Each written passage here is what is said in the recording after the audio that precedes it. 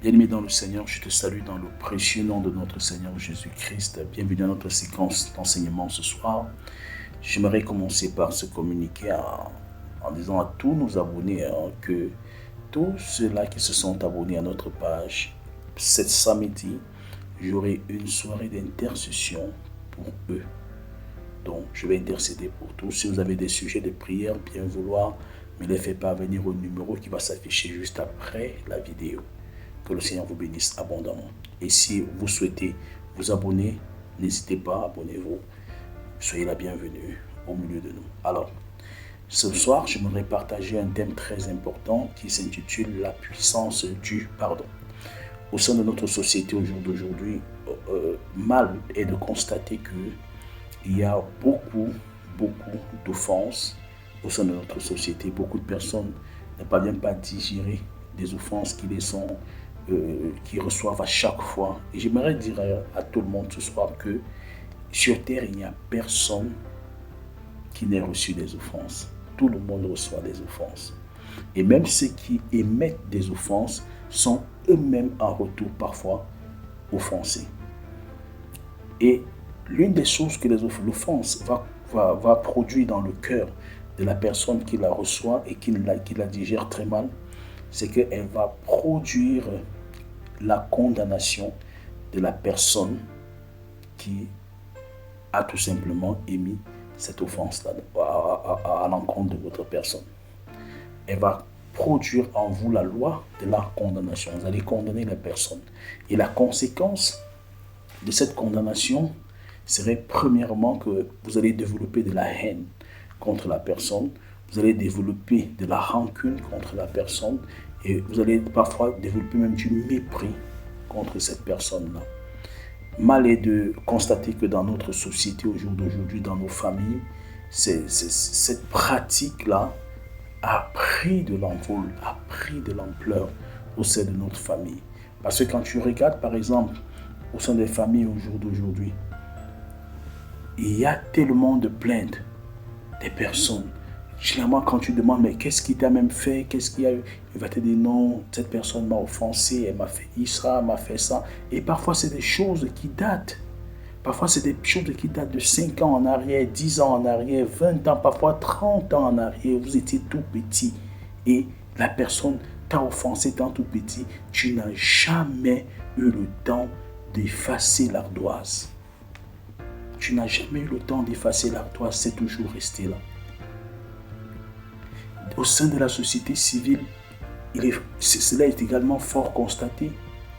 Parce qu'on voit des personnes, que ce soit dans les marchés, ceux qui sont dans les réunions, ceux qui travaillent au bureau, tout le temps, ceux qui reçoivent des offenses ont du mal à digérer. Et par conséquent, il y a un maximum de haine qui sévit.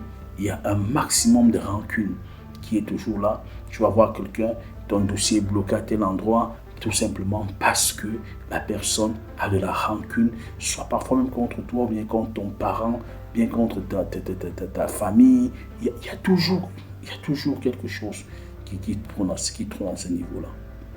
Et je voudrais dire à quelqu'un que l'offense a pour rôle de consommer toute la paix que nous pouvons dégager auprès des nôtres, auprès de ceux qui sont proches de nous, auprès des personnes que nous fréquentons de manière régulière et que nous sommes séparés par des offenses qu'ils ont émises à notre endroit. La première des choses que je voudrais te rappeler ce soir, c'est que la parole de Dieu dit ceci dans le livre de Luc 17 au verset 4. Il dit, prenez garde à vous-même. Si ton frère a péché, reprends-le, et s'il ne se repent, pardonne-lui. S'il a péché contre toi 7 fois dans un jour, et 7 fois il revient à toi disant, je me repens, tu lui pardonneras. Le Seigneur nous demande de pardonner systématiquement ceux qui viennent à nous, ceux qui nous ont offensés. Bien-aimé, je voudrais te dire ce soir que l'offense que ton frère t'a fait, si tu la gardes dans ton cœur, tu es en train de détruire dans ton cœur ton frère. Tu n'es pas en train d'être en train d'agir de manière constructive, mais tu es en train d'agir de manière destructive. L'offense qui n'est pas pardonnée détruit l'autre. Détruit l'autre. Tu participes à la destruction de sa vie. J'aimerais que quelqu'un ne participe plus à la destruction de la vie de l'autre. Ça, c'est l'une des choses que l'offense apporte. L'une des choses que l'offense apporte, la division, la séparation, le manque d'amour envers des autres. Lorsque l'offense n'est pas digérée, n'est pas pardonnée, voilà ce qui va se produire.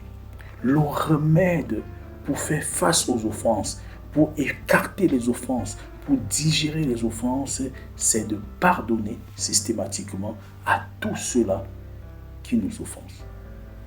À tous ceux-là. Si tu ne pardonnes pas, ça devient problématique pour toi et pour l'autre. Bien-aimé, là c'est la première des choses que le Seigneur nous dit. La deuxième des choses que le Seigneur va nous dire, ça sera dans le livre de Luc 11, je vais paraphraser pour toi. Il dit, pardonne-nous nos offenses, comme nous aussi nous pardonnons à ceux qui nous ont offensés. Comme nous aussi nous pardonnons. Ça veut dire quoi? Ça veut dire que si nous ne pardonnons pas, Dieu également ne nous pardonnera jamais.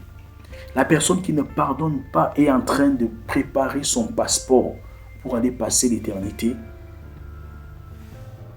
en enfer. La personne qui ne le fait pas, c'est du tic-tac. Dieu te dit, si tu pardonnes, je te pardonne. Si tu ne pardonnes pas, je retiens tes péchés. On ne peut pas t'offrir ce que tu n'offres pas aux autres. On ne peut pas te donner ce que tu ne donnes pas aux autres.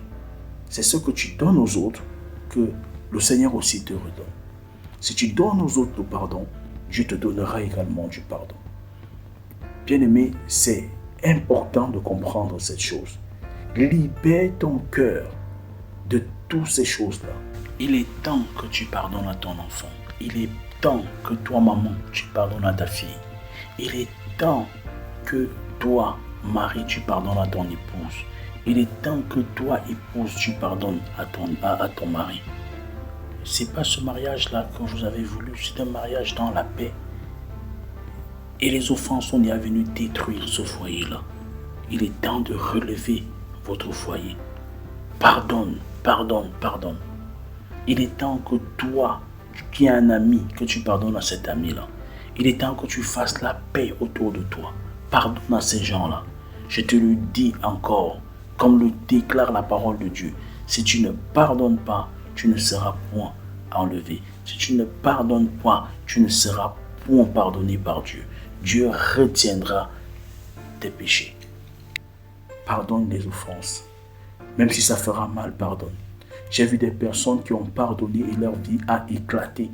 Des choses qu'ils ne pouvaient pas posséder, les ont possédées. Il y a des personnes comme ça. Je voudrais dire à quelqu'un ce soir que parfois tu as privé à celui qui t'a offensé des choses extraordinaires, peut-être un travail. On voulait quelqu'un que tu pouvais positionner et il avait le CV qu'il fallait. Mais tu as préféré prendre le CV de quelqu'un d'autre pour donner. Non. Pardonne. Fais la paix avec tout le monde.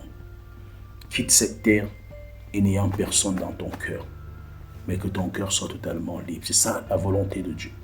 Dieu te pardonnera si tu pardonnes à ton frère. Je voudrais te prier ce soir de libérer toute chaîne qui est dans ton cœur. Libère toute personne qui est dans ton cœur. Au nom de Jésus-Christ. Amen. Shalom, shalom. Que le Seigneur te bénisse. N'oublie pas de liker, n'oublie pas de t'abonner. Et que la gloire du Seigneur ne cesse de luire dans ta vie. Au nom du Seigneur Jésus-Christ. Amen.